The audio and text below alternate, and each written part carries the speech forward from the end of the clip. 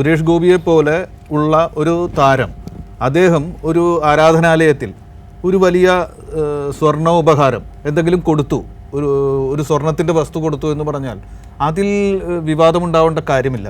ഇത് പറയുന്നത് ആദ്യം ആരും ഔദ്യോഗികമായിട്ട് പറഞ്ഞിട്ടില്ലെങ്കിലും 566 ഗ്രാമാണ് ഈ കിരീടം എന്നാണ് പറയുന്നത്.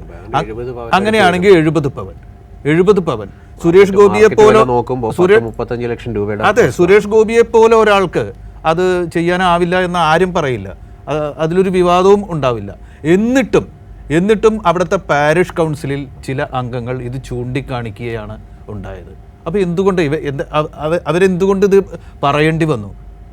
പറയേണ്ടി വന്നു എന്നുള്ളത് ഇതാക്കണം. അത് ചെമ്പ് കൊണ്ടുണ്ടാക്കി അതിൽ പൂശി, അതായത് മുക്ക് കിരീടമാണ് കൊടുത്തത്, പൊന്നാണെന്ന് പറഞ്ഞ് മുക്ക് കൊടുത്തു എന്ന ആരോപണമാണ് അദ്ദേഹം നേരിടുന്നത്.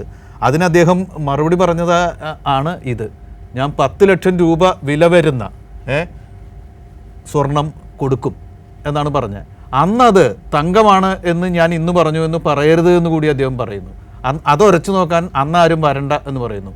മാത്രമല്ല, ഒരു വജ്രമൊക്കെ പതിക്കണമെങ്കിൽ 18 കാരറ്റ് സ്വർണത്തിലേ അത് പറ്റുള്ളൂ എന്നൊരു വിജ്ഞാനം അദ്ദേഹം അവതരിപ്പിക്കുന്നു. 18 കാരറ്റ് എന്ന് പറഞ്ഞാൽ അതിൽ 3/4 പങ്കേ സ്വർണ്ണമുണ്ടാവുള്ളൂ, ബാക്കി ചെമ്പായിരിക്കും. അതുകൊണ്ട് അതിൽ 25% ചെമ്പ് ചേർത്താലേ അത് പണിയാൻ പറ്റുള്ളൂ എന്ന് അദ്ദേഹം മുൻകൂർ ജാമ്യം എടുക്കുന്നു. തൃശ്ശൂർ സ്വർണത്തെക്കുറിച്ച് നന്നായിട്ട് അറിയുന്ന എല്ലാവർക്കും അറിയാം. സ്വർണ്ണമൊന്നും കയ്യിലില്ലെങ്കിലും എന്താണ് സ്വർണം, എന്തൊക്കെയാണ് അതിൽ നടക്കുന്നതെന്ന് എല്ലാവർക്കും അറിയാവുന്ന ഒരു സ്ഥലമാണ്. അവിടെയാണ് അദ്ദേഹം ഇതൊക്കെ പഠിപ്പിക്കുന്നത്. എന്നിട്ട് ഈ 10 ലക്ഷത്തിൻ്റെ ആ വഴിപാട്, പരസ്യ വഴിപാട്, അങ്ങനെ ഒരു ഏർപ്പാട് കൂടി ഇവർ ആരംഭിച്ചിരിക്കുകയാണ്.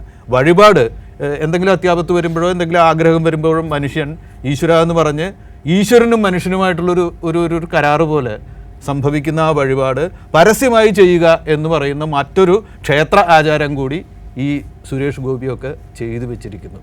എന്തൊരു കഷ്ടമാണത്. ഈ സുരേഷ് ഗോപി ഇന്ന് പറഞ്ഞ കണക്കിൻ്റെ കാര്യം പറഞ്ഞപ്പോഴാണ് 10 ലക്ഷത്തിൻ്റെ കിരീടമാണ് കൊടുക്കുന്നതെങ്കിൽ ഇപ്പോൾ കൊടുത്തതിനേക്കാൾ വലിയതാണ് കൊടുക്കാൻ പോകുന്നതാണ് സുരേഷ് ഗോപി പറഞ്ഞത്.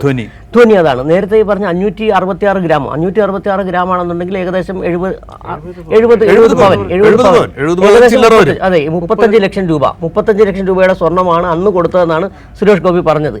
ഇപ്പോൾ പറഞ്ഞതിൽ 10 ലക്ഷം കൊടുക്കുമെന്ന് പറഞ്ഞാൽ അന്ന് ഈ പറയുമ്പോൾ ഈ കിരീടത്തിൻ്റെ വില എന്ന് പറഞ്ഞാൽ കൃത്യമായി 5 ലക്ഷം രൂപയ്ക്ക് താഴെ ഉള്ളൂ എന്ന് സുരേഷ് ഗോപി തന്നെ പറഞ്ഞു വെക്കുക. കണക്കുകൾ നോക്കുമ്പോൾ സ്വർണ്ണത്തിന്റെ